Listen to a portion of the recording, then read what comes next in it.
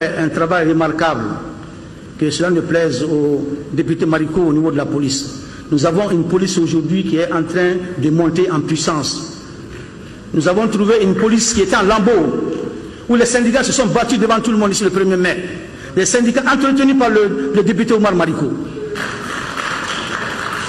Et c'est justement ce sont ces syndicalistes qui défendent, parce que nous allons licencier, qu'ils ont posé des actes contraires à l'éthique et à la déontologie de la police que nous avons licencié, et dans les règles de l'art. Et demain, si nous devons le faire, nous allons le faire sans hésiter.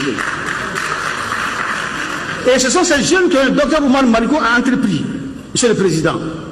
Ce matin, ils ont écrit, j'ai la correspondance ici, je peux montrer, pour demander de faire un sitting au GMS, pour démobiliser ce corps aujourd'hui qui est notre force de frappe.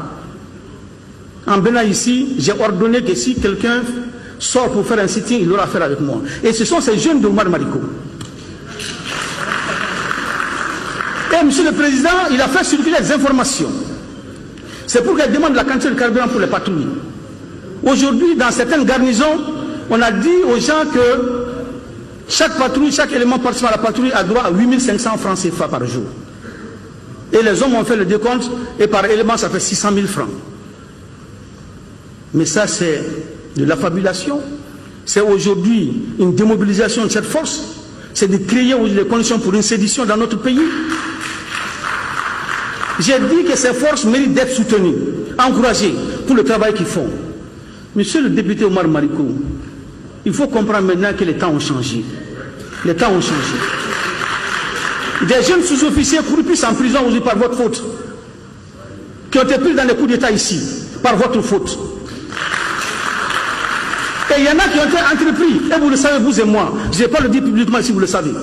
Quand je vous ai interpellé plusieurs fois dans mon bureau, il faut que vous évitiez ces jeunes aujourd'hui qui sont en prison, qui n'ont rien fait pour mettre cela, parce que vous ne leur avez pas dit la vérité. Et vous êtes habilités sur Dieu, vous êtes aujourd'hui ici à l'hémicycle, et ils sont en prison.